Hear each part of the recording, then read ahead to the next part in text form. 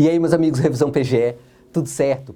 Vamos para a parte 2 dos nossos encontros, em que a gente destrincha o assunto despesas com pessoal, tá? Assunto essencial do direito financeiro, mas que de vez em quando também cai em constitucional ou em administrativo. Enfim, se você quer ser procurador, seja municipal, estadual ou de uma das carreiras da AGU, você tem obrigatoriamente que conhecer esse assunto, beleza? Na primeira parte, nós falamos primeiro onde está a despesa com pessoal dentro do direito financeiro e depois o que é o conceito de despesa com pessoal, o que se inclui e principalmente o que se exclui da ideia de despesas com pessoal, beleza? Nesse encontro agora, nós vamos analisar quais são os limites para essas despesas, beleza? Veja bem, na primeira parte a gente viu o que é despesa com pessoal, agora a gente vai ver quanto o poder público pode gastar com despesas com pessoal, beleza? Vamos lá. Começando aqui pelo artigo 19 da Lei de Responsabilidade Fiscal. Olha só. Para os fins do disposto do caput do artigo 169 da Constituição, que é quem vai dar o primeiro parâmetro para essa despesa com pessoal, falando que uma lei complementar federal iria regulamentar esse assunto, beleza? E é a Lei de Responsabilidade Fiscal. A despesa total com pessoal em cada período de apuração e em cada ente da federação não poderá exceder os percentuais da receita corrente líquida a seguir discriminados. Beleza, olha só, primeiro ponto aqui, o que é receita corrente líquida, tá? Esse assunto, ele tem algumas complexidades e algumas exceções, tá? Provavelmente um dia eu faço um vídeo aqui só para falar de receita corrente líquida, tá? Porque nesse daqui não cabe explicar completamente esse assunto, ele é bem intrincado. Mas, para o que interessa pra gente aqui, você leva o seguinte conceito: receita corrente líquida é a soma das receitas que o ente federativo tem, e aí inclui receitas tributárias e as receitas não tributárias também, beleza? É a soma dessas receitas, excluídas algumas parcelas que a lei determina, principalmente aquelas transferências constitucionais obrigatórias, sabe? Sabe ali, quando o Estado do Paraná, ele arrecada ICMS, 25% do valor do ICMS obrigatoriamente é transferido para os municípios do estado do Paraná, conforme as regras, ali 3/4 para onde ocorreu o fato gerador e 1/4 conforme as leis estaduais determinarem, beleza? Essa é a regra da distribuição das receitas do ICMS. Então, 75% do valor do ICMS vai ser receita corrente líquida. Esses outros 25% não será receita corrente líquida do estado, até será receita corrente líquida do município que receber, beleza? Mas do estado não. Então, receita corrente líquida, como eu falei, é um conceito um pouquinho complicado. Para algumas situações entra, por exemplo, royalties de petróleo, para outras não, tá? Mas para o que interessa para a gente aqui é receita corrente líquida é a soma das receitas, excluídas algumas poucas verbas determinadas pela lei, principalmente as transferências constitucionais obrigatórias, beleza?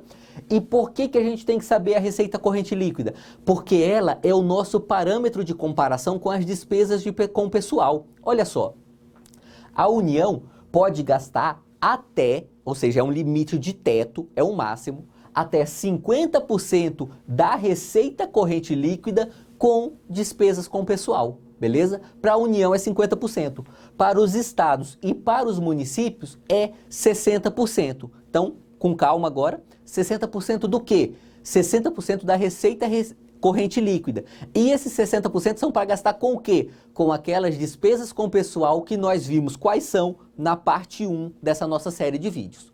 Beleza?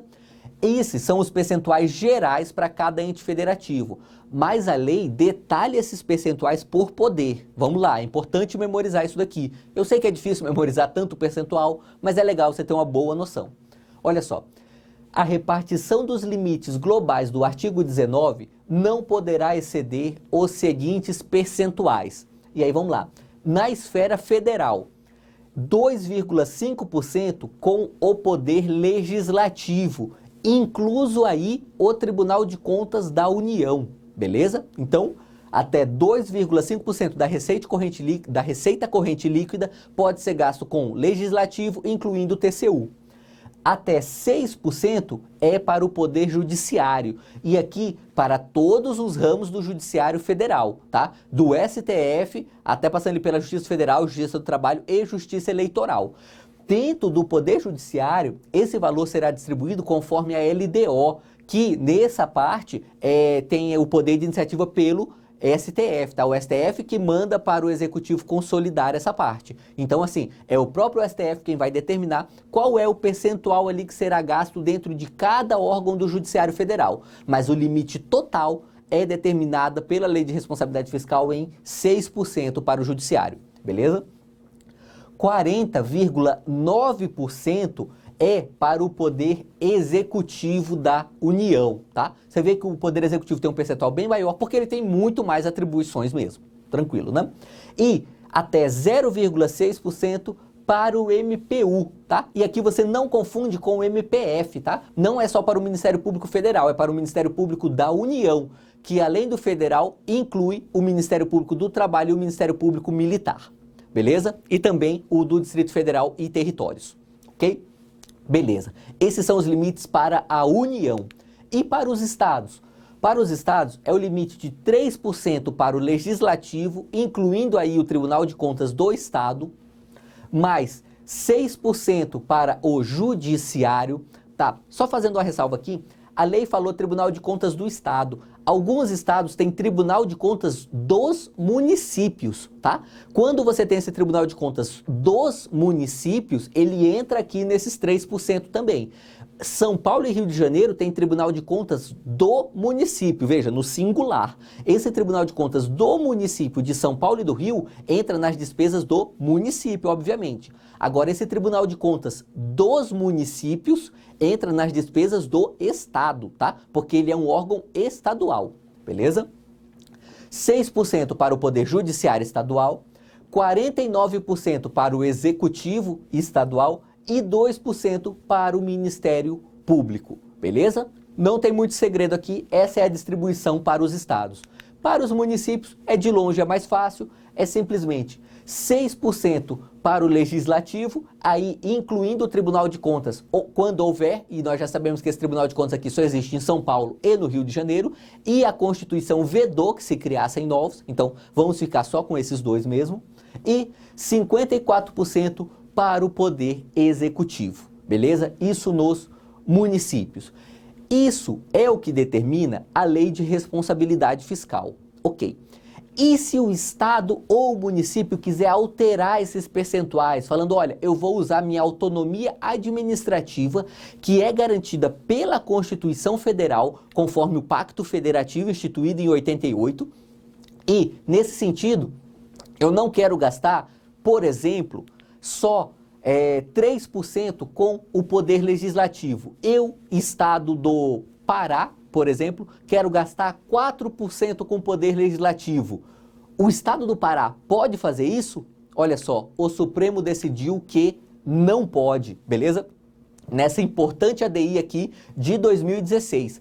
Vamos analisar alguns parágrafos da ementa dessa ADI, porque tem muita coisa interessante para a gente ver aqui em direito financeiro, até em constitucional um pouquinho. Olha só, começando por esse primeiro parágrafo, que não é esse julgado que instituiu essa ideia, ele só está pegando uma ideia que já conta com precedentes, ali, pelo menos desde 2008, com bons precedentes nesse sentido.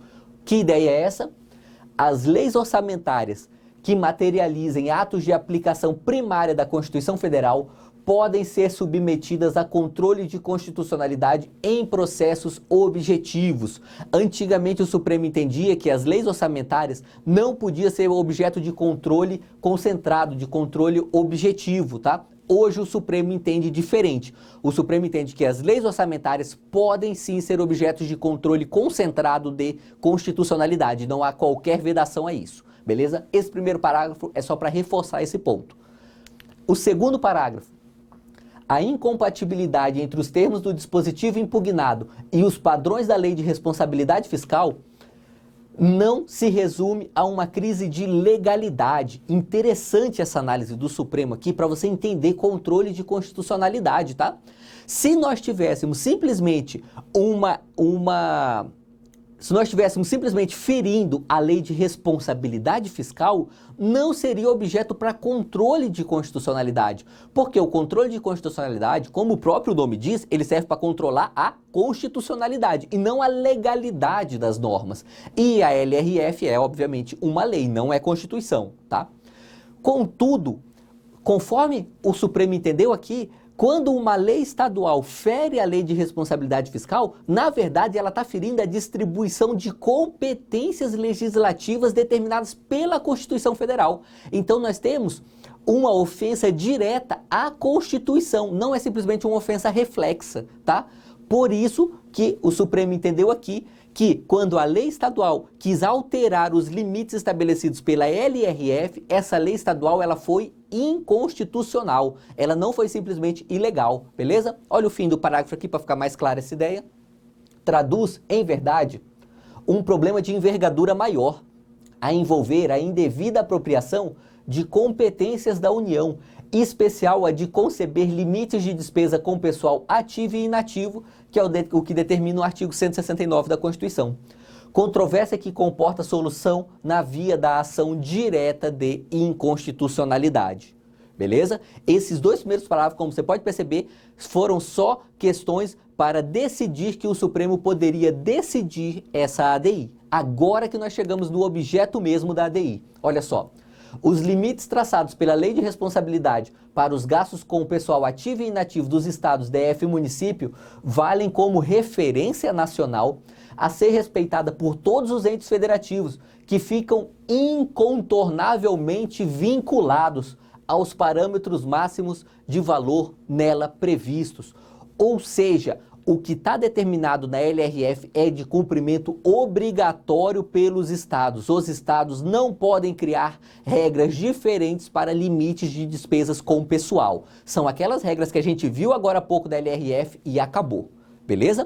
E, para fechar esse julgado e fechar esse nosso segundo encontro, ao contemplar um limite de gastos mais generoso para o Poder Legislativo local, o dispositivo impugnado se indispôs abertamente com os parâmetros normativos da Lei de Responsabilidade Fiscal e, com isso, se sobrepôs à autoridade da União para dispor no tema, pelo que fica caracterizada a lesão ao artigo 169 caput da Constituição Federal. Beleza? Então, esse encontro de hoje é só para você ver quais são os limites de despesa com o pessoal e que estados e municípios não podem, em nenhuma hipótese, alterar esses limites. Beleza? Na parte 3 desses nossos encontros, nós vamos fechar esse assunto com vários detalhes um pouquinho mais complicados do que dessa aula de hoje. Beleza? É isso aí e vamos juntos!